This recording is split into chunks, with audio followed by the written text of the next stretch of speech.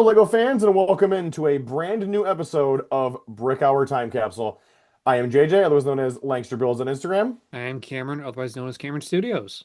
and joining us for this very fun series we're starting off with here is none other than Mr. LJ Johnson.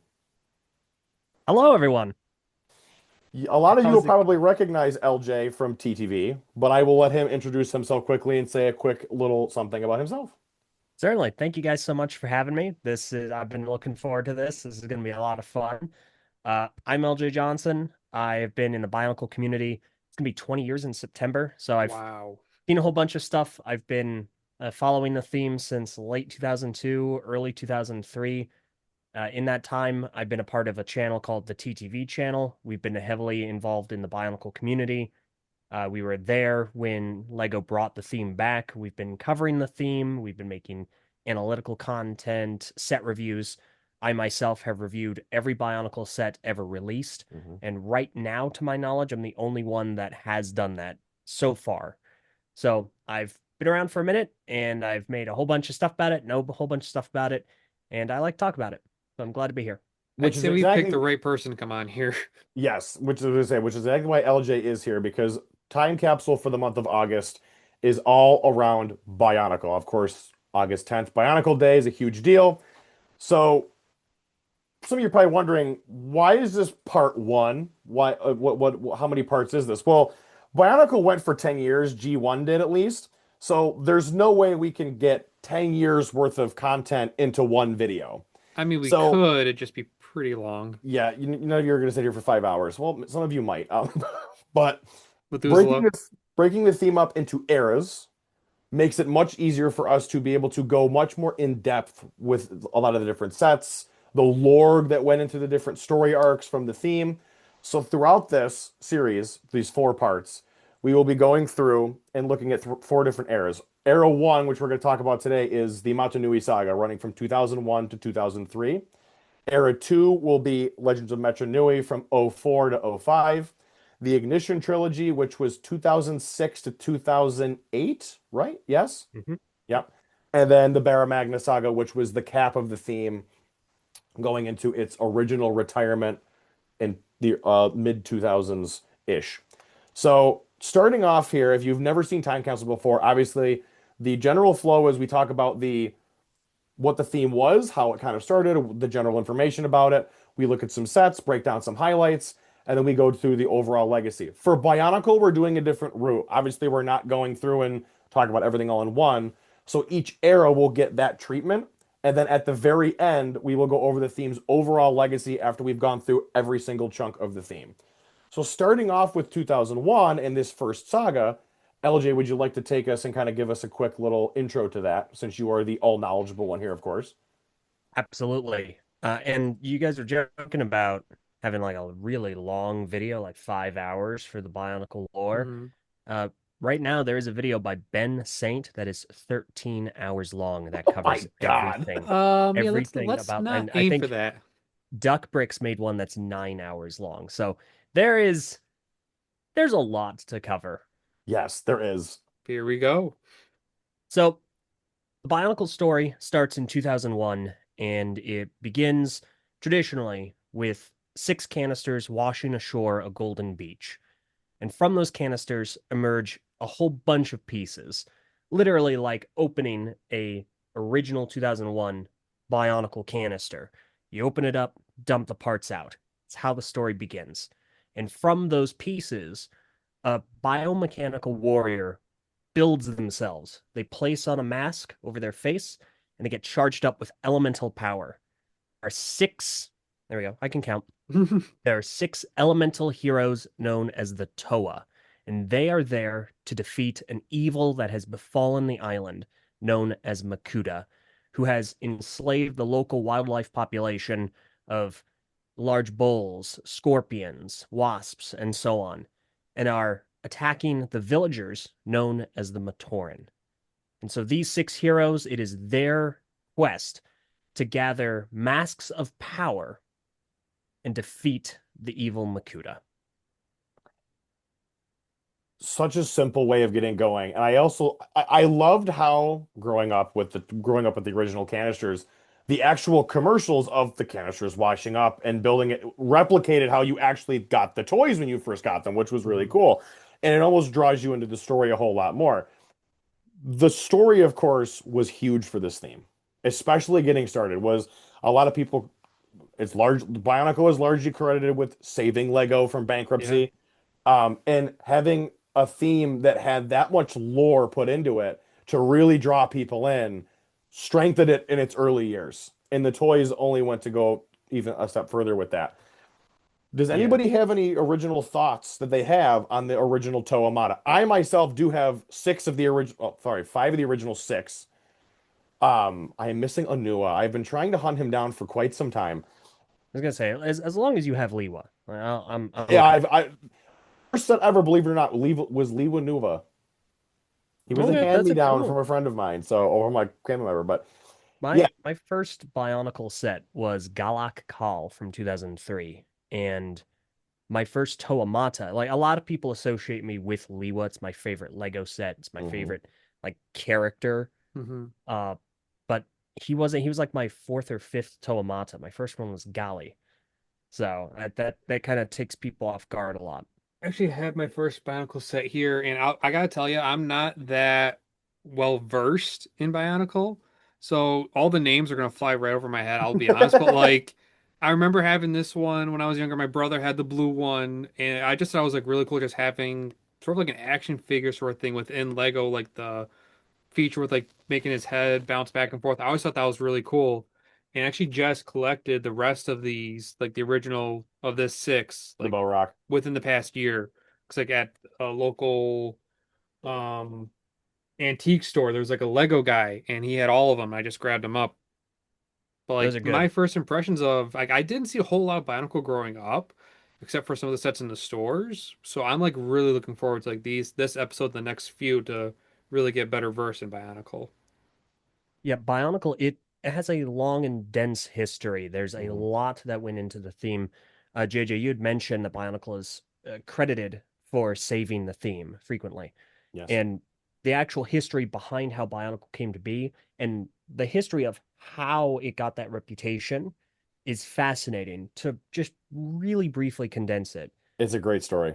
Story well worn. Many have heard it over the years, but for those that haven't, Lego in the late 1990s was facing bankruptcy.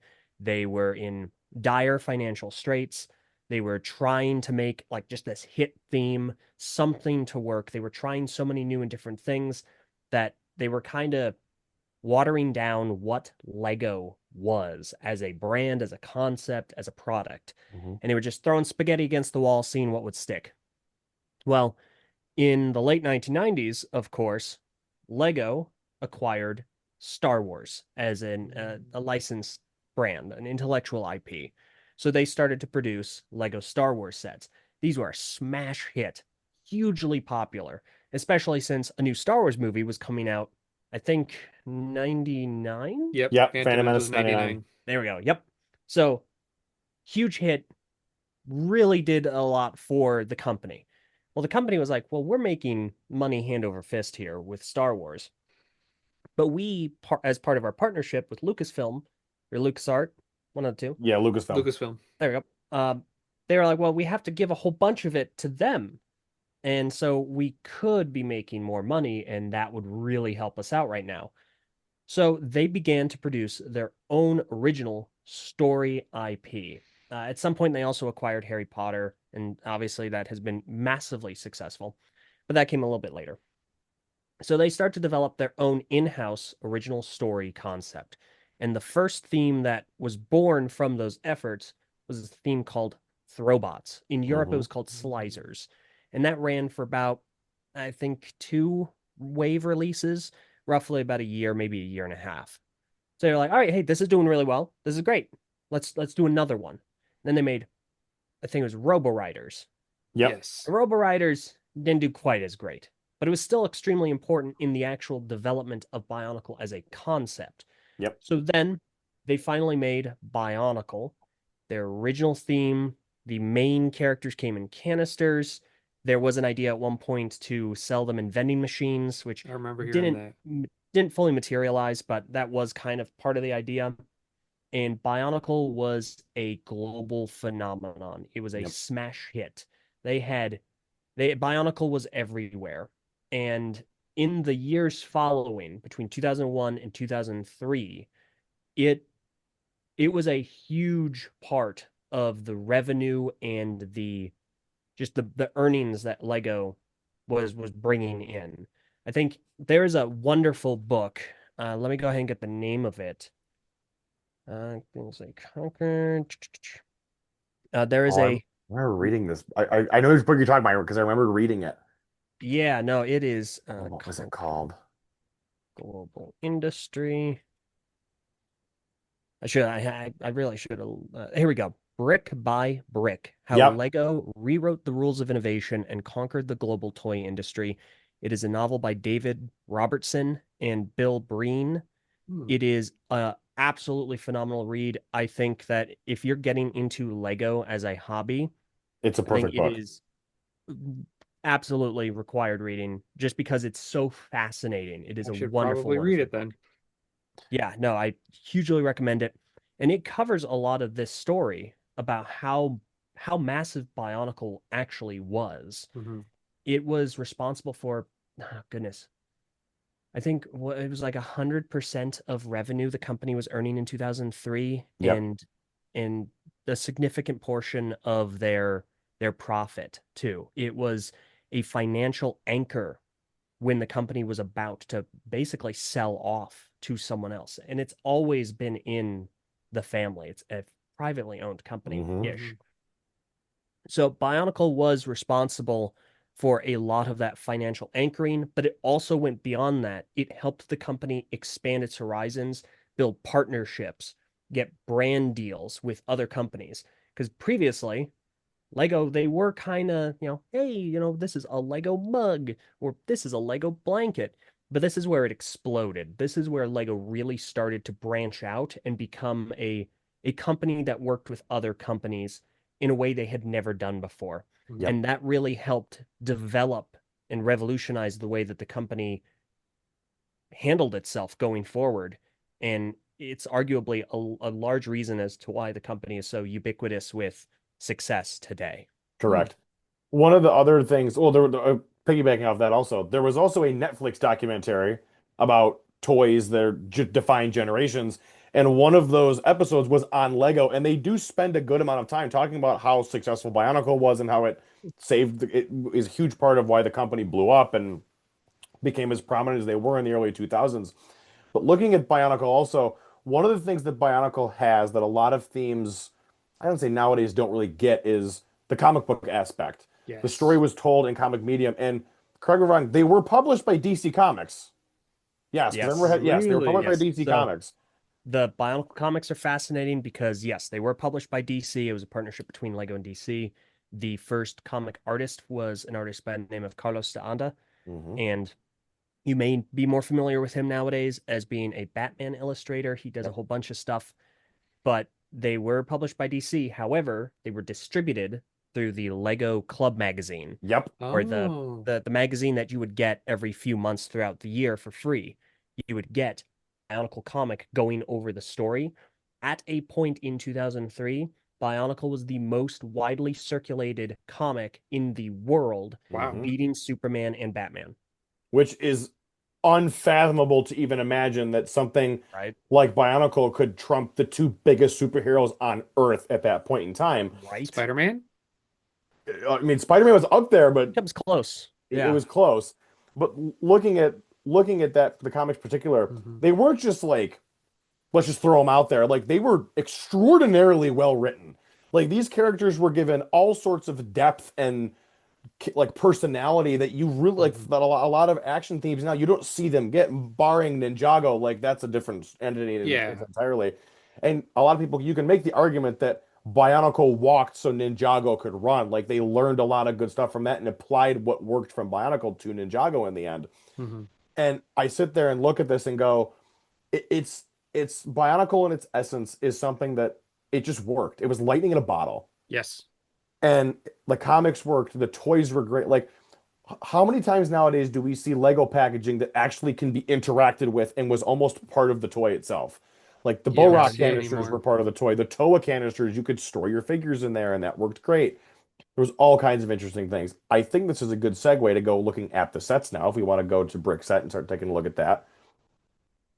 This is where it really gets fun. I wish I had my collection out right now because then I could just set up in front of it. I know, Oh, right? geez. The man who has everybody. Yeah, so I think we can't not start with the Mictoran, not just because they're first, but because of the fact that these were literally Lego sets given out in McDonald's Happy Meals, Yes. which was crazy cool. Yeah, no. So these are the Matoran. However, because they were released by McDonald's, they have kind of a fandom name of Mictoran. Yes. There is That's another awesome. name that they are called frequently in the early story. However, that name is subject to a great deal of controversy Hmm. because it you can't talk about Bionicle without talking about some of its controversies. Yes. In this case, they had a dispute with the Maori people of Hmm. New Zealand, and because Bionicle lifts heavily from Polynesian culture, Yes. including Oh, names and words. I did not The know name that. for villager was a misappropriated name from the that culture, and it was misapplied to a common villager, and that, along with several others, greatly upset the Maori people. So they did file a legal dispute, and Lego did settle with them appropriately and developed guidelines to better address and better handle cultures that they may be interested in lifting from Correct. going forward. Hmm.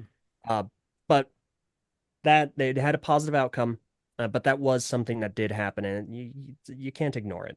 No, Mhm. I was gonna say we have to make sure we bring that up because that was a big part of the early years of the theme. Absolutely, You can't grow without recognizing the past. You know, Correct. 100%. otherwise history repeats itself. Absolutely. And Lego, as far as I know, they've done significantly better since Hmm. then. But When we look at the Matoran from the McDonald's polybags, Cam, if you could scroll up a little bit. Mhm. One of the coolest parts about these is the fact that like their whole body was a disc launcher, which was sweet. mhm, And yes, the masks were the same masks that the although most of the Toa had, but they were different colors. And this is kind of where Lego during this time they kind of realized, hey, we can't keep going through and making specialized pieces for everything because it got too expensive. And Bionicle was one of the first themes that they applied this like reusing molds for certain things, but doing different colors to make it work. And with Bionicle, it worked because they made them all collectible. And you wanted to get all the different masks Mhm. in a different color because each of them, not only was it cool to have each one different color, story-wise, they all had their own special powers and abilities that applied to different mask shapes. Like everybody, like Tahu's the How is Mask of Shielding. Like some people don't realize that, but that mask had like an actual ability that would be used with Tahu. But the other Toa also had the same kind of mask in their own color scheme that had the same power set as well. yes, there was a heavy push for collectability when it came to Bionicle Hmm. because there was at a point a time that Lego wanted to compete with another popular kind of item collection theme. It was a little indie at the time. It might still be a bit niche. I'm sure you guys have heard of it. Pokemon. Hmm. Lego wanted to go head to head with Pokemon, and they did. And it was Yeah. extremely successful. They released mask packs. And the idea was you have your six main characters, and the way they're constructed is they have gear functions. So they're Hmm. equipped with tools, which was revolutionary for Lego. They were weapons. Lego was the whole bunch. There's another whole story there. But they were equipped with like axes and hooks and swords and shields and stuff. And the idea was you turn a gear on their back, they're armed like chops, and you can knock off an opponent's mask. With these Um, Mictoran, you can take the disc and you can launch it at your opponent, and you're trying to hit the mask to knock it off and claim victory. So, mask packs, which is something Lego released in 2001, were basically blind bags. They Yep. were collectible minifigure Oh, series they are. before the collectible minifigure series was a thing. And you would get one and you'd have two masks in it, and they would be one of 12 different colors. Yeah, this was like again, this was almost kind of like CMFs before the CMFs, but it was Mhm. with these masks instead. Because it was, if I remember correctly, entirely random what you got. Yeah, completely. You had a 2 in, I think, 36 chance of no. The final number of different masks is unknown. 73 types should come with this bag. Wow. Yeah, okay. I think that's accurate because they're so they were supposed to release in two main colors. The primary color of the main characters, the Toa, and then their secondary color. So like if you had Tahu, you would get you would get 6 of his masks in bright red, fire engine Mhm. red. And then you would also get another 6 types of mask that belong to some of the Matoran and some of the village elders known as the Turaga in lighter shades like orange, light blue, lime, light gray, stuff like that. Well, in Europe, these mask packs were a little different. There were misprints that were included. So you would get masks in the Turaga shapes, but they would be in the Toa primary colors. So Yep, they're extremely valuable, extremely sought after. correct. Speaking of the Toa, and actually speaking of the Tarago, we can look at them first because they're right here. These builds were a little more sophisticated than the original Matoran. A couple extra pieces, but again, parts usage they're great. Really intricately molded weapons, especially for 2001. Um, they had posable arms, the heads could move, the legs could move, the weapons could be posable because they weren't like just permanently stuck in place. You could slide up and down and get a different kind of posing with them. So again, and like the head was also a foot, so they could do that. So it just goes to show more part usage. And they were all uniform minus the masks and the color schemes. Yeah, and one quick note about the arm function. So they weren't entirely posable in the sense that like that pose that Mata was doing there, you cannot replicate that without swapping out some parts because that left arm is on That's a true. loose pin axle. The other arm is actually a pseudo gear function, it's a rubber band function. So Hmm. you push a lever down on the back and their arm, it raises up. And then you release it and it swings down real quick to be like a striking motion. Hmm. Yeah. These But they're were fun. They're really fun. The Turaga are really cool to have all together because you have these village elders. They're like a council. And then the Mictoran, of course, they're just fun. They have big pieces. They're easy to put together. And you have that disc function that works just flawlessly. hmm moving on to the Toa now, Cam. We'll get down to those guys because this is really where I feel like most people, when you think of Bionicle, you think of the original Toa. Oh, yeah. And I think LJ, you will agree with me in saying that the gearbox function with the torsos was what made these as great as they are. They were a blast for a number of reasons, but the functions were the fun. Hmm. So, Bionicle inhabits a space known as constraction. Constraction is a contraction of constructible action figure, which is a term that the earliest I've seen it was with one of the themes that Lego poured a bunch of money into to try and make it like a second Bionicle, known as Galador. Hmm. And Bionicle, they started off as actually a Technic sub theme. So Yep. this was their first serious foray into action figures that you could build. And what made them action was the function. You turn that gear on the back, and they take their weapon and they go wham, and you could Hmm. knock other opponents' masks off, including the creatures, the wildlife of the island. Yes. And it was such a simple, like it wasn't complicated, super easy to just you lop the gears into the top of the torso. And what was also cool was that sure, like five out of the six had moving arms, but Pohatu had a kicking feature where Yes, his and a his little rock. legs were modified. Oh, wow. Yep, His and he torso had was that. just inverted. Yeah, it was just flipped upside down. Bionicle did a really good job in terms of reusing and repurposing pieces, which is a Lego staple. Hmm. Especially nowadays, you see botanicals and they're using butterflies as petals and pirate hats as leaves. It's extremely impressive. Bionicle is no stranger to that. Unfortunately, part of the theme's demise was the fact that Lego produced so many specialized Hmm. pieces for the theme, it became unsustainable for it. But Correct. that's probably a better subject for toward the end. Yeah. There we go. There's the Um, best one. Oh. Liwa Mata was one of my. I mean, Liwa Nuva was my first set, but I got him shortly afterwards, and his axe to this day is still one of the coolest minifigure, like not minifigure weapons, but one of the coolest Mhm. weapons Lego's ever done. I I think agree. Tahu's mask and sword are probably super iconic, but Lee was up there in terms of how cool that was. Yeah, there it is. I agree. Wow. Look at that. That thing is hefty. And that needs to go into the bat cave now. Yeah, the giant Batcave build. Hey, there's a couple Bionicle masks in my Batcave mock. Um, so the Toa obviously were the main attraction. But then we get into the Rahi. They were 2001's like villains. This is who the Toa were primarily fighting these guys at this point in time. We hadn't yet gotten the Borak. So these builds are sweet. And all of them had action functions where like um the Kane Ra, the Muaka and Kane Ra, love those. They were basically like Rock'em Sock'em robots. If you go up one more cam, right to that one. Yeah, yeah. Yeah, They were I basically think like Rock'em Sock'em robots. Their heads would jump out and had like a bite feature. They were sweet. there's one. If you scroll down a little bit further, you'll see a set called Tarakava, and those are some Rahi that released in '01, of course. When I reviewed those, I think I coined the term. I don't know.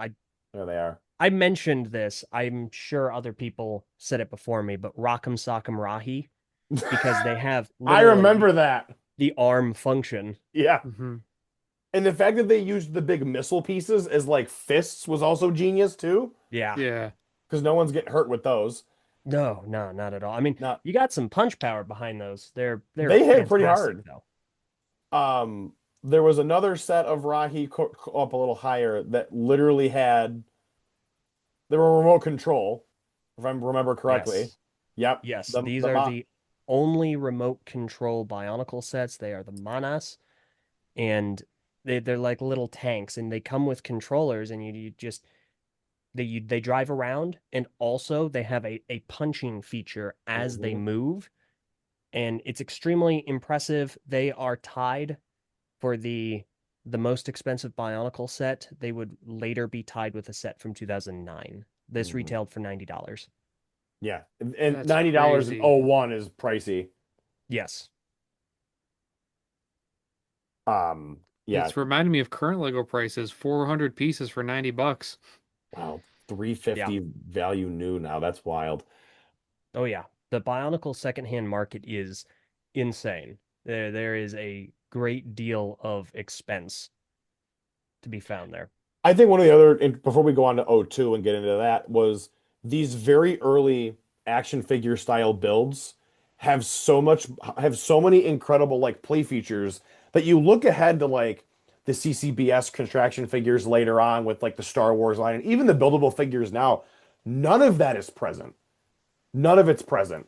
But the value here was you get the cool action figure that actually has a playability feature and could swing and attack, and you had the collectible mask that went with it. So it was like you're combining like a G.I. Joe with Pokemon cards, and what kid's not gonna go nuts over that? Hmm. Oh yeah, and they did. This was Oh just yeah. the possibly the first real evergreen theme Hmm. Lego concocted, story wise at the very least. You mentioned this theme walked so Ninjago could run. I feel there's a great deal of truth to that. Yeah. I would 100%. Yeah. So going into '02, this is when we start getting the Bo Rock, who were kind of the first, I'll say, other like action figure style villains that were more scaled with the Toa. We had the Bork Va. They were kind of like your Matoran adjacent-ish kind of figures that went there. Super cool still. They very creatively would use the Borak like hand pieces as heads, which was really fun that they used those. Surprised this guy Yeah, didn't get the axe. Yeah, right. the so 2002, story-wise, it takes Hmm. place directly after the end of 2001. The heroes believe they have saved the day, and now a new threat has made itself apparent, and those are the Borak swarms. So this is if the Rahi were wildlife, these are purely mechanical destroyers. They are Hmm. coming in. to just mow down the entire island, all the vegetation, all of the villages, everything. Yep. And of course, our heroes have to stop them. And with that, brand new sets, brand new large characters. We've now moved on to mechs. Obviously, the Exotoa there, the Boxor. I love the Exotoa. Yeah. That suit is so cool. I'm a huge fan of the Boxer because it has that little walking feature. You would Yep. basically like lumber it along, and as it moves, as it puts a foot down, an arm punches out, and it has a hook on Wow. the end, and that interplays with the Borak really well. We'll get to that when we look at the Borak. Hmm. Yeah, the Exotoa was because you could physically put a Toa character inside of it. Like it was literally it was a reuse, like you bought that set, you put one of your Toa figures in it, and it was like a souped up like Iron Man suit for the Bionicles, which was cool. Yeah. We of course got some more Rahi, which is always great to see. So these are actually not Rahi. These are Oh the my, queens of the Borak swarms. yes, that's right. Oh my Yes. God, I'm finally They forgetting that. All they right. have speech, they talk, they're like, "What are you doing? We're gonna do our thing. Don't stop us." They are sentient. I gotta ask, like, you keep talking about like Rocky and stuff. Like, where are you getting these names from? Because like, obviously, I'm only seeing like Kadok and Godok, and then I'm seeing like Exotoa, Boxer, Mhm. Nuvak Va. Where are you getting the additional names from?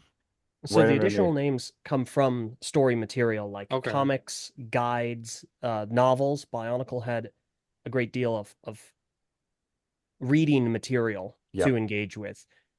If anyone were to engage with the story, just getting into it, if you want to get into Bionicle, just bear in mind nothing new is coming out. It is very, very over. But if you want to enjoy the story, start off with the Mata Nui online game. You can find that at the Biomedia Project, and they have it for download. It was a Flash game that came out through the duration of 2001. It is credited as being the reason Bionicle was so unique and so special and kept people invested Hmm. because that's where the story was told, or at least a part of it was in that Flash game. And that's where you'll also find a lot of additional names like Barag, Rahi, Turaga, Got it. Matoran, and so on. A Okay. lot of that pops up there to start. This 2002 also introduces the Krana, which was another interesting collectible feature where you would kind of like not you use the bow rock to knock the masks off the Toa, and then you would kind of infect them with the Krana, which would attach. They were little rubber pieces, and they attached to your Toa's face. Another ingenious collectible feature that worked just as well as the masks. Yes, the Krana were the next in the line of collectible items. So before, if you had, I think, I want to say, if I'm remembering correctly, it was 36. Let me see. Da, da, da, da. I think it was 36 different Kanohi you could collect, if I'm Hmm. not, maybe it That was sounds 72. about right.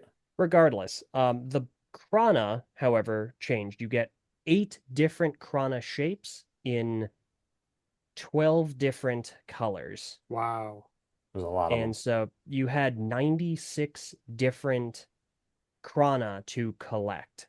Jeez. Additionally, they introduced 2 new mask colors for the original 6 Toa masks.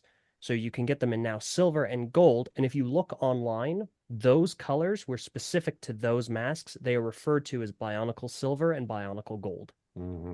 All right, now I gotta ask, how many of them do you have out of the 96? I have no idea. I didn't focus on collecting the Krana. I was really big on the masks. I loved the Hmm. masks, but the Krana, they weren't something that I spent a great deal of time trying to get. So not Got very it. many. So getting it in the bow rock because now here they are. The ones These that I guys have. were sweet. These were such fun builds. Again, you had the feature where the heads would pop out. They had almost like a punching feature or like a headbutt feature, I guess you could say. And they also had the ability to they could launch the Krana, correct? Yes. Yes. Yeah, yeah. Yes. I don't know why I'm forgetting that, but I had a bunch. These I had all these growing up. I was missing most of the Toa. I had like two or three of them growing up. I had all the bow rock because I loved the head feature where you could launch and just punch with them, and it was genius. It was so fun, and you could, like I said, you could throw the Krana, you could swap them in or out. Yep, here we go. Yeah, Yep. So that's the headbutt feature. And in order to launch the Krana, which kind of like a brain sitting inside, You unlatch the face piece, and then you launch again. There And we there go. it goes. And it flies out. And then you can just take it and stick it on whichever character it's affixed to. Yeah, that's This is like again. my original one all the way back from 2002. That's So so cool. No, the So, Borak were exceptional. The marketing for Bionicle in 2002 really increased. And of yes. course, so did the earnings. Bionicle exploded in this year. It is one of, if not the highest earning year for this theme for Lego. Hmm. And you talk about like also with like marketing for this. Commercials for these early sets are elite. Some of the most iconic commercials Lego's ever done. Multiple variations, really kind of dark undertones. Like this, these were not like bright, funny, haha, look at us, like Lego City commercials. Like this was like they were very edgy and something that Lego probably would never do nowadays. But back then, you're pushing them. Maybe they would a little bit. I don't know. I think I would I was ready to agree with you right up until Ninjago Monstrosity came out because I think Okay, that's true. Ninjago Monstrosity because what these commercials did, they took themselves seriously, and I Hmm. think that's the differentiating factor between Bionicle commercials and most other Lego commercials because the other commercials focus purely on product, action feature thing, but the Bionicle commercials had a lot of atmosphere. They were like small movies, and that Yep. was a lot of the goal behind them to make these small cinematic experiences that would really grip people and bring them into the theme. And I like to see that Lego is kind of dipping their toe in the water with that again with Monstrosity. I think I that's really good. I will say as somebody who was in the room at Brick World when they like showed that for the first time, my God, it was awesome. And it's not until you bring it up now that I'm kind of like this that was kind of a very early 2000s Bionicle commercial asking the way that animation was done. Oh yeah. Um so going past the Borak, Korak's arms by the way with his like buzzsaw pieces were the coolest. Well, that I makes just sense. He's the Barak of Ice. He should be cool. yeah, I mean his buzzsaw pieces were sweet. good one. So now we get into the, that good point. Now we get into the Toa Nuva. These guys were also something else. You keep the same kind of core skeletal structure, but now they have new silver armor, silver weapons, new Nuva masks. The story explanation for kind of where they came from is also awesome with the Nuva stones, right? Yeah. The Nuva symbols. Yes, Nuva symbols. Thank you. I'm thinking of Yes. Toa stones. Yes. Um, The Toa Nuva, the end of the story, they confront the believed big bads of that year, the Barag. They come up with a solution to defeat them. In the process, they are transformed into the Toa Nuva, new gear, new armor, new masks of power, etc., mhm. etc. And these are actually quite controversial in the community. Yes, they are. There is a divide because a lot of people really love the more natural color scheme of the Toa Mata. They like just like the greens, the blues, the reds, and then those kind of neutral colors like black or gray. The Toa Nuva introduce metallics, real strong emphasis on silver armor, silver weapons, and the mask designs are also seen as very controversial because a lot of people see them as a downgrade from the very Oh. classic, very distinct appearance of the Mhm. original six hero masks. Going back and forth between these two, I can definitely see what they mean. Yeah. Yeah, so it looks like even that one, the How Nuva, a lot of people are like, well, this almost looks like you put a How in a microwave. It It kind of looks melted just it. melted, which does technically work for the character and the kind of Hmm. aesthetic, but the Toa Nuva are not without their really wonderful features. Mhm. All of their weapons are dual function. So Yep. Gally here, for example, she has twin, I believe they're aqua axes. And what you can do is you can take her axes and you can put them on her feet to act as fins or flippers. And then she has those rotors and she can like slide through the water really fast because she's the toe of water. That makes sense. And all of them were like that. They all had dual features when it came to their tools. Even Pohatu, who lost his rock, but instead his claws can combine to make a spherical shape that he can kick. Oh. Yep. Liwa's weapons doubled as glider wings, which was also sweet. I remember Yep. loving that. Anua's doubled as like almost like rock skis, which was sweet. Tahu's iconic surfboard becomes an actual physical product now, as opposed to Oh just yeah. something he's on in the first his '01 Mata version. Kopaka's sword doubles as two skis. So while yes, you add Metallic. more of the metallics, you give them some more beefed up armor. At the same time, you're also at they're not only do they maintain that same gear function feature, and now their weapons double for other things, which I thought in essence is an upgrade, but I For do sure. 100% see the controversy behind it, and I do agree with some people in some personal stances of I think the Mata were better look than the Nuva, but you also have to acknowledge the new they had to upgrade them in some capacity because this Right. was back when Lego was like, again, Bionicle's running hard, let's keep going, upgrade the Toa Mata, make them even cooler than they were before, give them extra features, kind of a smart idea. Also, the image of them rising up out of the protodermis in the Nuva gear, yeah, it's just that was a great image. Oh my God, it was so cool. Oh yeah. No, they are iconic. They carried the theme for a few years, and Mhm. they are really cool. Yes, very much so. The obviously the canisters still stick around. The bow rock we kind of mentioned earlier. The bow rock canisters worked as like hibernation pods for them. There was a little piece you could kind of slide them onto the lid, screw the lid back on, then you could see them from the inside. Yep, just like that. Ingenious use of the packaging. The packaging for the Borak especially is just so atmospheric in its Yep. own right because you have, of course, that extremely striking front. On the back, they encourage you to remove a sticker, if I recall correctly, Hmm. and you can see the back printing on the inside, which is wild. Lego would what printing on the inside of a canister? What? Why? There are pieces there. Yeah. It's just a box, but they incorporate that in the experience so that you can roll the Borak up into a ball, which was a big thing. It was such a popular feature for them. And then you can have it hibernate exactly like that. That's perfect. And it looks like it is in the world. It looks like it is in its own environment, and that is wild. And again, it turns the box into a play feature. Yes. Lego doesn't do that. They don't do that anymore. These I think were man, I remember having the Tahu Mata box, the Toa Nuva original canisters. They had that plastic wrap that could swirl so you could see like different graphics and parts of the map, and that was cool. Mhm. And then the Bow Rock box took it to like those canisters took it to a whole other level with the printing on the inside and all the extra design features.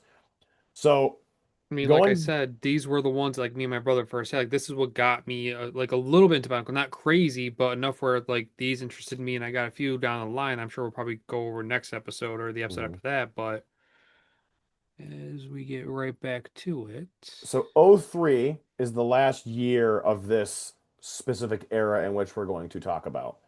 And '03 incorporates some of, I think, the coolest sets from this entire line. Obviously, the Borg Va, we get them popping up again. I don't remember why they With were re-released at so this point. these were not story specific releases. These were this was a collaboration with Yes. a Japanese company called Kabaya. hmm. They are a food corporation. So these are like the Mictorin of this collaboration. So they were sold at these stores. So But as essentially far as Happy the Meal story is toys. concerned, we've moved past the Borak Va. They do not play a significant role in 2003. Hmm. Um, that's a fun little spider build. I do kind of enjoy that one. Yeah, a little Fiku. So 2003 is the final year in what is referred to by a few titles: the Mata Nui trilogy, the Mata Nui Saga, the Golden Years. Hmm. It's been referred to before because those are the original years, all set on the same location, the island of Mata Nui. Yep. There we go. And so we've dealt with the Toa arriving and trying to thwart Makuta's plans. We've dealt with the Borak swarms laying siege to the island and all of the villages.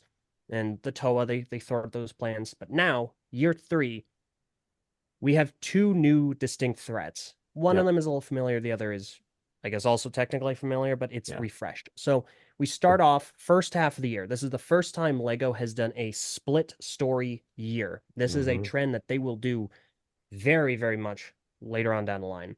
The first half of the year focuses on the Borak Call. Yep. And the Borak Call are an elite squad of Borak. There are only 6 of them, and they all have unique powers. So if Tanakh from 2002, the red one, if he was the Borak of fire, Tanakh Kal here is the Borak Call of lightning. I want to say it is lightning. And they all have unique powers: magnetism, gravity, plasma, vacuum. They all have sonics with that one. They all have very unique abilities, and of course, they're the exact same build. Also, it was electricity, my bad. Yep. They all have the exact same build as the Borak, but we get new face prints in silver. We get all the Borak pieces in new colors, so solid colors like brown and green instead of lime or tan. And we have new shield pieces, so he's got those kind of, I don't know, mitt looking things. Hmm. And yeah, it's a brand new experience. The Borak Call also come with Krana Call. So all of the same 8 designs in 6 new colors. Wow. So you have a whole bunch new metallic colored pieces to collect. 2002 also saw new mask packs because the Toa Nuva all came with new masks, and so they get new mask recolors. So now you get to get 6 new designs in only 6 new colors. And so you have these new mask packs that have Krana Call and Kanohi Nuva. I apologize. Kanohi is the in-story name for these masks of power. Yep. And I remember reading the comics and the Bora Cow being like absolutely terrifying because of the crazy powers that they had. Like they were scary. Mm-hmm. No, they were extremely efficient, and the Toa were up against new threat. They lost their powers at some point, and they could only rely on their mask powers and the power of friendship. And those Pretty much. masks, the depowered masks, were actually also released in mask packs. So you get an additional 6 mask designs, the same 6 designs for the Tonuva, but all in silver. The funny thing is that they are extremely hard to come by, except for Liwa Nuva's mask, which was released very in just a high amount. There's just a lot. So Liwa Nuva's silver mask is extremely easy to get a hold of. It's very inexpensive. Every other Toa Nuva mask in silver is extremely expensive. Hmm. So then we move on. Obviously, we move on after that to now we get some more fleshed out Matoran builds, which I like these a lot. I think I like the Mictoran style more, but the weapons that this included here, they weren't really weapons. It was more of like a hockey stick. I forget what the name of the game is, but they were more like hockey sticks. Yes, so these Matoran, I'm a big fan of these designs. I think they're a lot of fun. They have a gear function where they hold their stick. It's a sport, an in-universe sport called Coley. And Thank so you. it's kind of a mix between hockey and lacrosse. So they hold their hockey sticks and you turn their upper torso. So you have a little puck on the ground and you have the hammer end of it aimed toward the ground and you turn their torso and it hits the puck. And you're supposed to get the puck in your opponent's goal, of course. Okay. So these were really cool designs. We didn't get a character for every village. We got 2 characters for half of them, which would Mhm. be 3. I love these mostly. As a hockey fan, Cam, you can speak to this to you're a hockey fan Yeah. also. Getting the actual like in-universe sport is fun. It fleshes out the lore a lot more.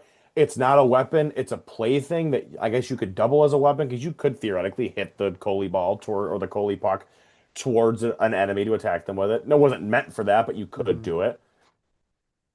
I love these design. I personally think the Mictoran design was better, but these were much more posable than them because the arms actually could move, and you had that extra gear feature and whatnot. You do lose the disc feature where you can shoot discs, but even still, you gain this extra one being able to hit the Coley. Yeah, and what was really exciting for a lot of fans who had stuck through from the beginning is that these were characters that we have consistently been seeing, and Hmm. now we have them physically. So, Yep. and some of them physically, some of them have just been redesigned. So, Maku was the original blue Mictoran. And then we also would get designs for some of the other originals, including Huki, Jala, and I think Matoro. I was gonna say, it was Motoro, I thought. Hmm. Motoro, you'll go on to play such a big role later on. Um, so I think we get them, and now we get to the Rakshi. These Yes. guys were sweet, Oh yeah. sweet. These, if correct me if I'm wrong, were they not the first Bionicle figures to actually have knee joints? You are correct. They're the Yes. first leg articulable characters in the Bionicle catalog. And their whole shtick lore-wise was they were robots programmed to destroy, obviously More from. or less, they function like physiologically, they're extremely similar to the Borak. The Hmm. Borak were purely robots that were powered by a organic brain. And the Rakshi are very similar. The difference between the two is that the Borak are a hive mind, they are part of a swarm, and so they're really only beholden to the Barak queens and their overall objective. Rakshi are specifically, and this is the second half of 2003's Yeah. story. The Rakshi are otherwise known as the Sons of Makuta. So Makuta is back now, and he has children somehow. And these are basically suits of armor that are being piloted by slugs known as Krata. And Krata are the new collectible for the second half of 2003. There they are. And this is really where collectibles and Bionicles start to they kind of overstay their welcome in a sense because they get really watered down in their utilization, and also there are a whole lot of them. So there are 6 different shapes for the Krata. However, there are how many was it?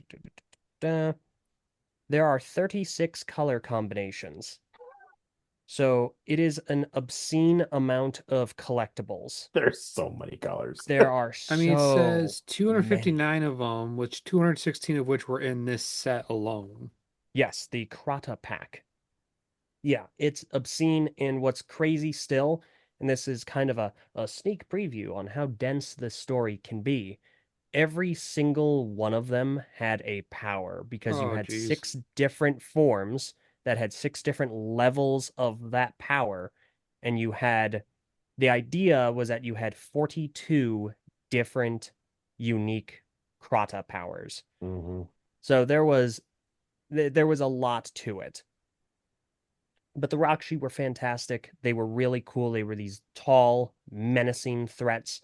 You had the Krata piloting these suits of armor, and they had knee articulation. They still had a gear function akin Yep. to the Matoran of this year, where the upper torso would rotate.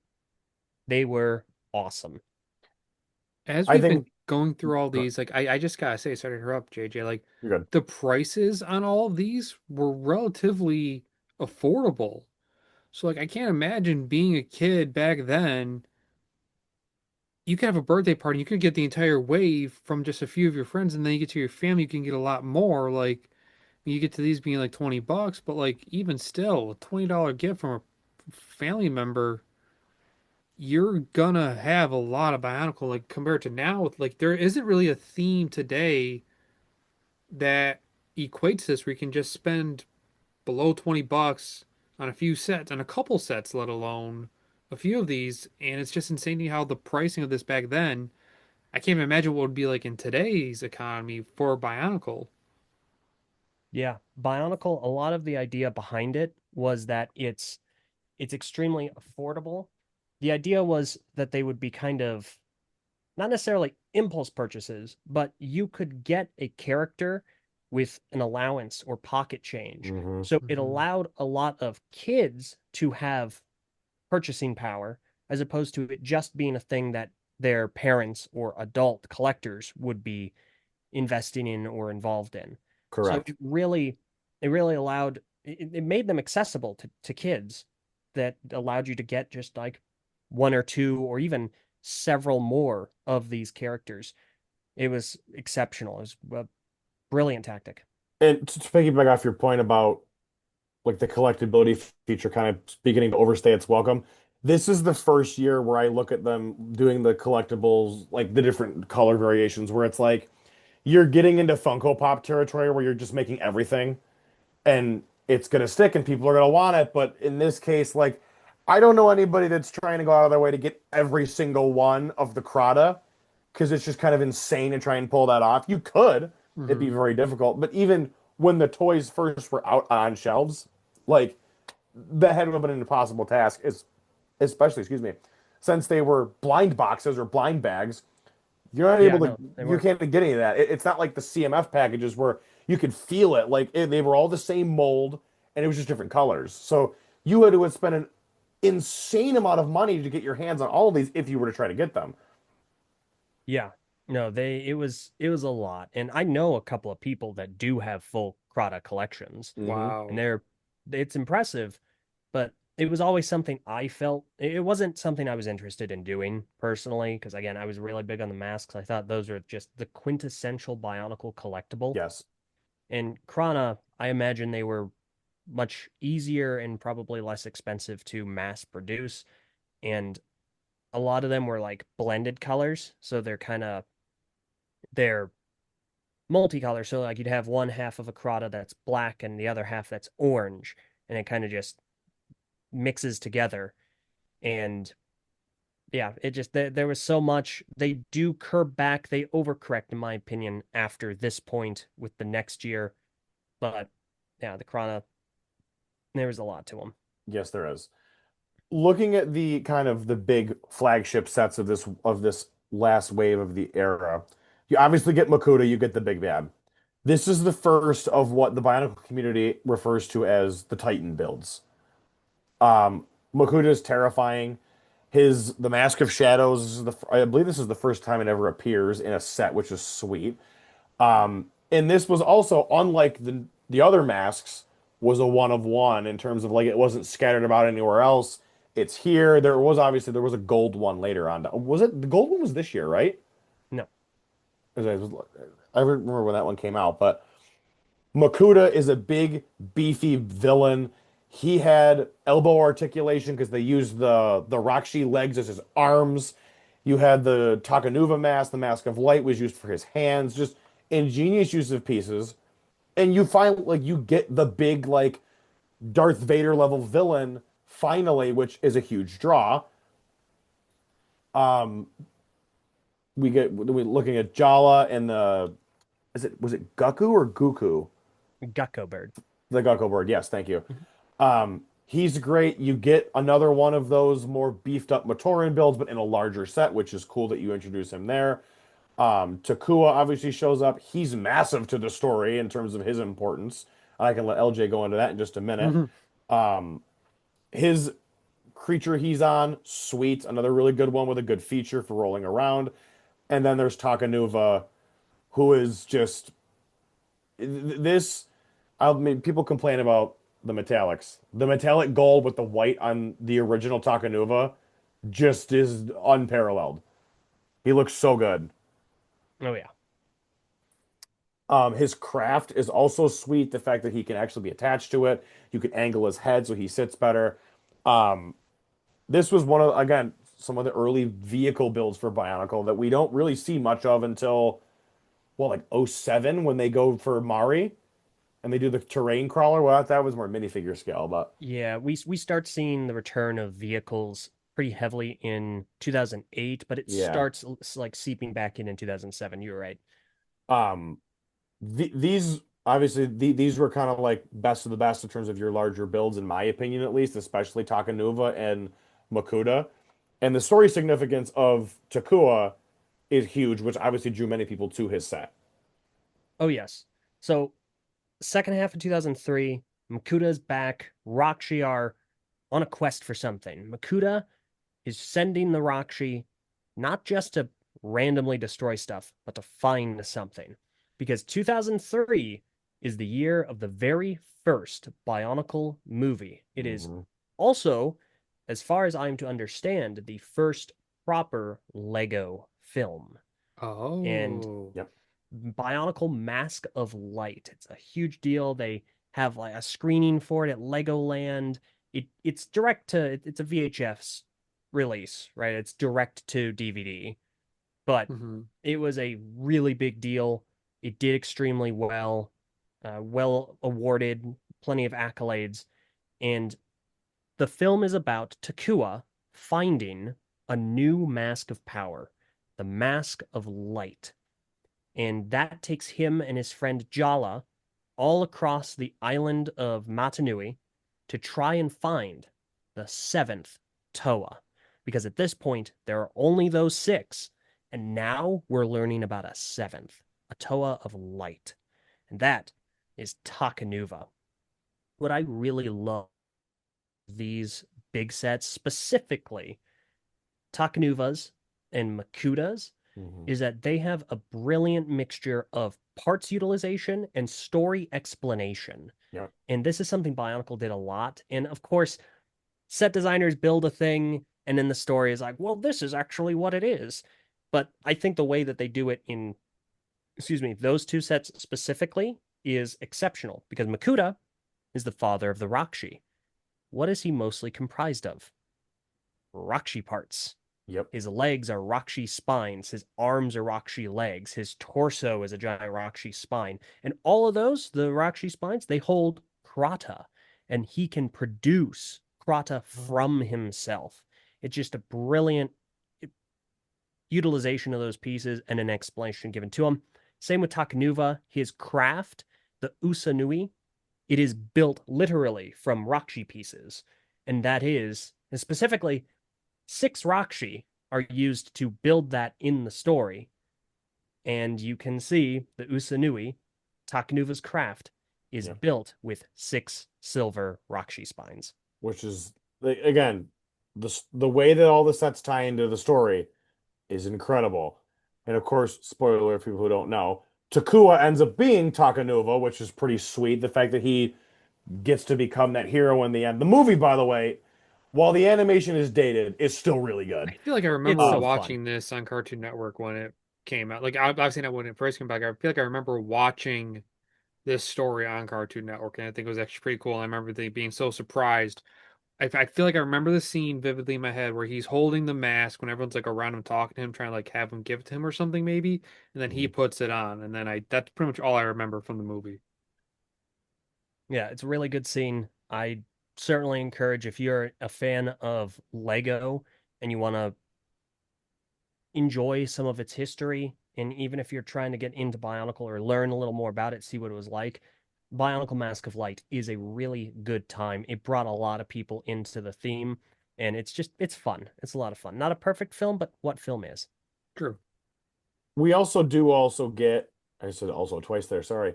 The combined build for Takanuva and yeah, Takuta Nuva is awesome. I think there's a better picture of it above. I guess we can stick with that one too. The combined build of both of them together Where you is see sweet. that, I think it's up a little higher, I'm pretty sure. Like maybe towards the top a little more, right above the Rakshi, I want to say. Yep, Um, nope, that's correct. It is right above the Matoran, the Nuvat, the Borakal, actually. So yep, keep all going the up, way Cam. toward the top.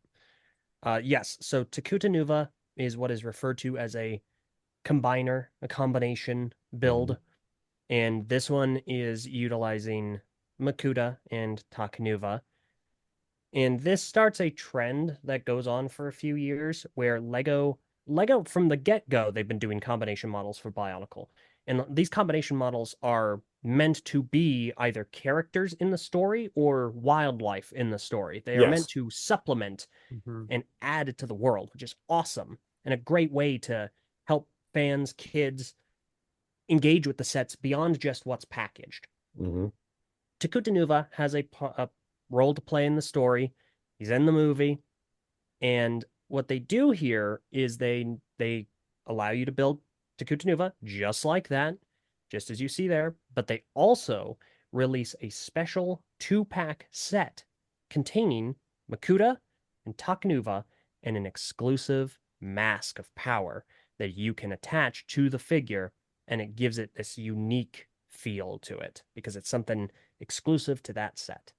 which is sweet. Like again, that's something you don't really see them do much nowadays.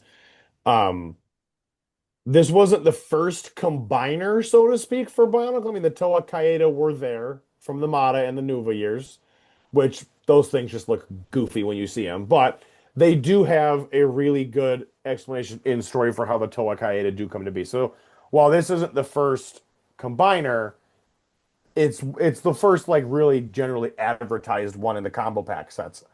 Um, yeah, the twin packs with the gold masks are cool. Yeah, I mean, this was, and obviously story-wise, to end this saga was the revelation of the underground city of Metro Nui being underneath the island, and the revelation that the original that the Turaga in the story were actually Toa themselves in this underground city, which then spins off a whole prequel series that goes for a couple of years. Yes, it really opens up the world. It's a huge reveal because up to this time, like 2003, this story year ends with the final page of the final comic released in that year with the leader of the Turaga, Turaga Vakama, the red one, addressing all of the Toa Nuva and the newly christened Takanuva. You are not the first Toa, Yep. which is Mind mind blowing. blowing. It's Mhm. like if Ninjago revealed there was another master spinjitzu. There's another original like first spinjitzu master. Like, whoa. It's a big, big deal. And I think people nowadays look at the fact that a lot of original Lego themes go 3 years, done. 3 years, done. Bionicle, in essence, wraps up after 3 years, and then they do that little tidbit with, wait, there's more, and that allows them to keep on going, which I think Lego would have been ridiculous at that point to try and end that theme. Be like, oh, the story's over, we're done. Like, no, you're gonna keep on going. Like, it was too big of a cash cow at that point to Right. warrant dropping off. And we just can't. The story it never really falters much. It always really stays strong for a good amount of time and keeps people drawn in. Now, the overall legacy of the Mata Nui Saga, those first 3 years, I think it speaks for itself. The how is one of the most iconic images in all of Lego. You see that and you just think that's Bionicle, that's Lego. We know this already. The story itself was great. The comics popping up in. Oh, we put up Cam. I was just pulling up like is this the image that you were talking about? Yep, that one. Thank you. Mhm. Um, his mask super iconic. The building system becomes super iconic going forward. A lot of Bionicle parts end up making their way into other themes as like robot arms or legs. Exo Force uses a ton of them at that point. There's a bunch of other stuff that pops up. I think Harry Potter uses some for the spider build, I think at one point. Maybe? No, I'm remembering like one of the first spider builds, like Aragog. It didn't really have any I don't know why I Bionicle thought that pieces. then. But I mean they made it their way into Exo Force. They popped them in a whole bunch of stuff. Hmm. So it wasn't like these parts were confined to Bionicle. They did make their way elsewhere, of course. Why would they not? I think this first 3 years especially incredibly nostalgic. Incredibly nostalgic to a level that a lot of other themes will never be able to touch. Yeah, Looking at I you, think dreams. rest in dreams, dreams. Follow your dreams. I think Bionicle, it is oftentimes in the general Lego conversation undersold as an influential theme. It was massive. Mhm. And there are certain branches of the Lego community that get very tired of hearing like Bionicle saved Lego and stuff like that because it is trotted out frequently. Yes. It's something Bionicle was heavily responsible for, but of course it didn't do on its own. Star Hmm. Wars, Harry Potter, those themes also really helped in their own ways. It's just Bionicle being an original Lego theme where they didn't have to give money to anyone else. It was theirs. It was such a revolutionary thing for them, and being an original story theme, being its own homegrown, the very first big bang theme for Yep. this company, and not being bad. Like it's a good story, it's engaging, it has this exceptional world building. The island of Mata Nui, it's its own unique world. It's not set on a planet, that kind of resembles planet Earth. It doesn't involve humans Hmm. at all. the entire story humanless, which is Yep. funny because they originally were thinking about introducing a human character in 2003 for the movie. Like one of the Wow. original story pitches was a a young boy would be teleported into the Bionicle world, and he's the seventh Toa. Oh, jeez. Fortunately, they did not do that. Yeah, that wouldn't have worked at all. Mm-mm. No, Not one absolutely bit. not. But Bionicle is a very, very unique thing. It's got this wonderful world building, and those first 3 years, yeah, it could have stopped there. But the fact that it could go on, there was so much more to it. They kept reinventing the wheel, which is Hmm. also funny because there weren't a lot of wheels in Bionicle. No. Just discs. Yeah, just discs. But the fact that they were able to do so much with it and that it was so engaging, it was an interesting story. It was something you could follow and look forward to. It was very special, and Bionicle is a fascinating theme to engage in. Yes. Hmm. I think another thing to bring up with the legacy of this first 3 years also is one of the first big original like leaks came from this, from the people fabricating leaks to get attention. Everybody knows Variki, right? Oh my goodness, I love Riki. Yeah. So Oh God. Riki was so someone made a website and they were like, there's a new Bionicle character coming out. This is an old website, like 2001, 2002. Oh yeah. Variki is the seventh Toa, the Toa of Lightning, and he has like the Kanohi Gaha or something Yep. along those lines. And it was just a photoshopped picture of one of the original Bionicle photos of a Toa like putting themselves together that was painted to be purple and black. And it was just the original character. And it was like, oh my goodness, it's Fariki, the seventh Toa.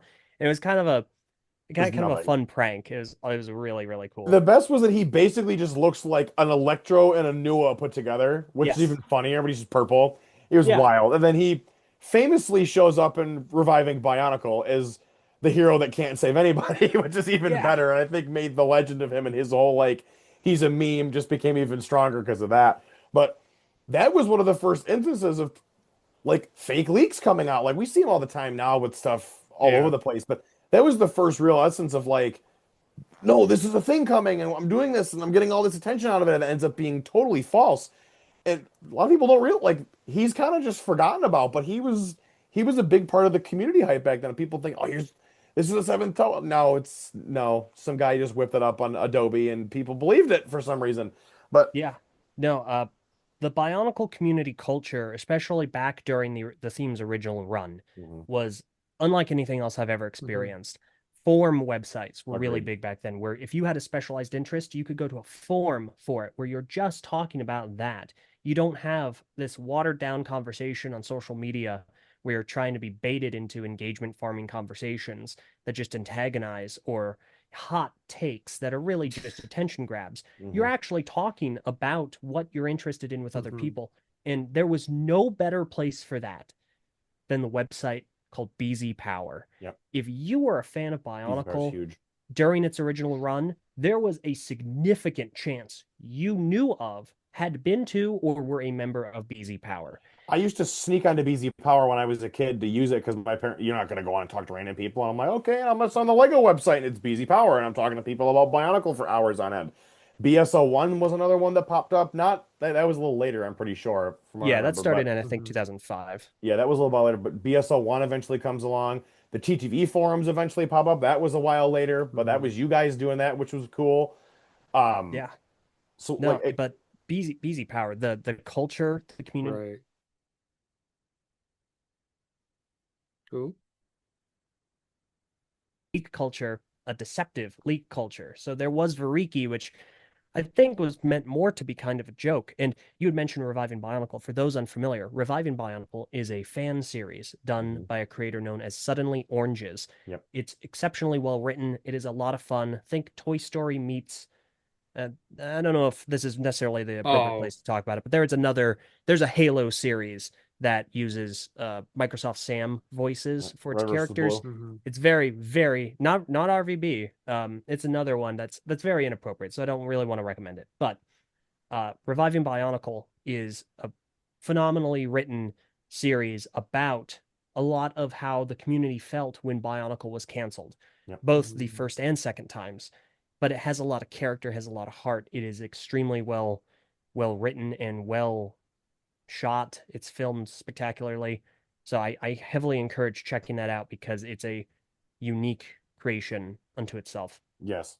And I think it's perfect to mention here also because it used a lot of the original Toa Mata as Yeah. primary characters. The Yes. only ones who really don't get featured are Gali because she factors in down. I won't spoil how Gali factors in, but watch the show if you want to. And Tahu because they use Tahu Star instead of using Tahu Mata, which actually ends up working so much funnier. But Oh yeah. we'll cover Tahu Star much later on down the line with him. But Oh yeah. But don't get no, me started already. that the culture in on BZP was amazing. You had people creating fake leaked images like those Mhm. blurry little, oh look, it's a box and it's this character. We're gonna get nuclear coming out in 2007, and it's someone that just photoshopped a mock and made box Yep. art and then blurred Mhm. the image. There was a lot of that, Oh Mhm. yeah. and it was something else. You had full subcategories where you talk about just the story and theories you have. You have a subcategory where you're making comics, pixel comics of your own, and then another subcategory where you're making sprite kits for those pixel comics, and Mhm. then another category where you're making general artwork, and then you had another for comedies, another for serious fan written stories. Mhm. It was so varied. It was incredible. BZ Power, excuse me, is still around, but it is nowhere near as active as it was back in the day. But it was Yes. amazing. It was again, like you're saying, it was one of the first real community hubs where Mhm. people that were fans of Lego and specifically fans of Bionicle could come there to share their love and their fandom for this theme. It was effectively social media before social media, in essence. Not to the same Absolutely. level of now, like you were saying, but 100% like if you were a Bionicle fan, you were most likely on BZ Power doing all sorts of communication with other people and growing the fandom and growing your interest through that, which like bar Ninjago, I don't think we really have that Mhm. anymore. I mean, Ninjago has a huge thing because of the TV show, but even still, Bionicle had that fam that there's so much creativity in BZ Power. Just scrolling through it and looking stuff in there, it's still mind blowing to this day. And we really have to credit these first 3 years with giving us that. Mhm. Because if these first 3 years don't hit as hard as they do, BZ Power doesn't exist. That community really doesn't come together and form its tight bonds that it has. Uh, Absolutely. does anybody have any final points they would like to add on the first 3 years? I'm We'll start with curious to Cam. see how it leads into the next few years of Bionicle, like how it grows and how it molds into something more than what these first 3 years have given us. Mhm. Yeah, I think the first 3 years are my personal favorites. I'm a big fan of them. They were where I really got into the theme, and most of the time, a person's favorite year is whichever year they first got into the theme. Mhm. So you have a lot of people that are big fan of 2006, 2008, 2005, and so on. My favorite year is the first one because I love the world that was crafted. I love the island of Mata Mhm. Nui, the aesthetic, the atmosphere, the endless possibilities where you can act out your own story as having this character trying to find this mask or have this interaction. And Lego gave you the building blocks, building bricks, same thing. Mhm. They give you the ability to craft your own stories, but leave the world open enough so that you can be a part of it. You can be a part of that world while Mhm. still tell a really engaging and interesting story with a lot of nuance and a lot of interest and intrigue. I think the aesthetic is awesome. I love the coloration of all the Yeah. sets. I love how they all look together. They're so much fun. I grew up with these. They're a blast, but the story is genuinely so fascinating for a lot of reasons. And if you're interested in a story, definitely play the Mata Nui online game, Yep. otherwise known as Monog.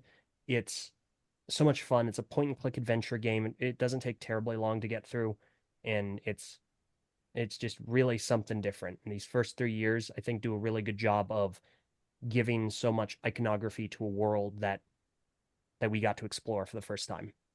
I think it's that I think the world building in these first Mhm. couple years is really what cements this as one of the best Lego themes ever. They spent so much time fleshing out this world, giving each region their own different cultures and giving all the different characters their own personalities. Like they could have just put the toys out and put the sets out and it would have been, here we go. They're robotic characters with weapons and cool looking masks that are collectible. They took that extra step. That only the best is good enough is seriously applied here.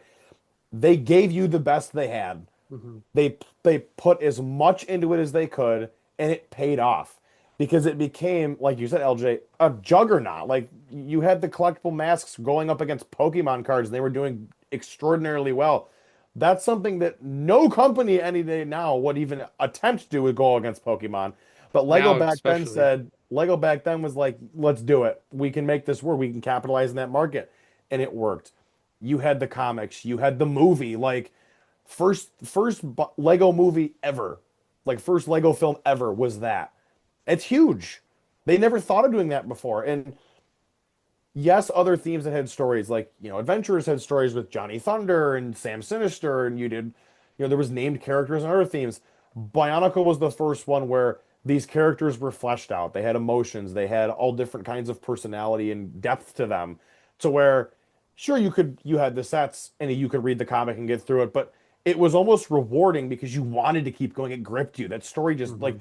I read one comic and was just on, and there I was on the train and I was not off the train until the day G2 ended. I was still watching the stuff and reading whenever I could.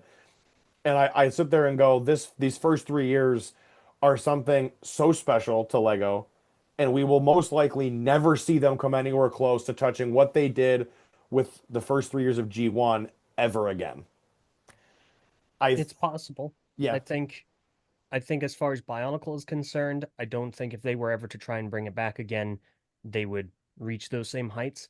But I Mhm. really do appreciate Ninjago for doing so much to give fans of Lego and fans of original story themes so much that is so similar and so Mhm. unique and so enjoyable in its own Hmm. way. Because Ninjago, it goes in depth in its world building and its Yep. story. It has dynamic characters that are iconic in their own ways. And I think Ninjago is definitely, if you want a spiritual successor to That's Bionicle, it. Ninjago is Oh, it. for sure. But Bionicle is definitely a massively unique experience. Yes. So that will conclude part one of this four-part series. Next week, we will be touching on the Legends of Metro Nui era, which will feature 2004 and 2005. I want to thank LJ for taking time out of his schedule to jump on here and discuss the first 3 years. We will obviously be having him back for the other three episodes, so looking forward to having him back for that. LJ, would you like to plug where everybody can find you quickly before we wrap up? Sure. I'm on most social media. I have a YouTube channel that I haven't been able to use very often. I'm unfortunately very busy with work generally. So I've been on kind of a hiatus from production of video content, but you can find me on YouTube, Eljay Johnsen. Most of my, I guess, catalog of material production Hmm. is on the TTV channel. That is T as in Tom, T as in Tom, V as in Victor. Sure. There you If go. you think of Twitch TV, it's like that, but we were before Twitch TV. Yes. We are different TTV. And other than that, I'm on most social media. I'm on Blue Sky. I think it's just at the LJ Johnson or at LJ Johnson. I'm also on Twitter at the LJ Johnson. And yeah, no, thank you guys so much for inviting me. This has been a blast. I look forward to the next few episodes. Thank you so very much. You are Happy very to have welcome. you. I can say it was a pleasure having you on, and we can't wait to do the next three. But if you are looking forward to the next three, make sure you subscribe to our YouTube channel, hit the notification bell so you are notified when all new episodes of Time Capsule go live for the next three. We will see you guys in the next episode of this incredible four-part series. Have a great night. Happy building.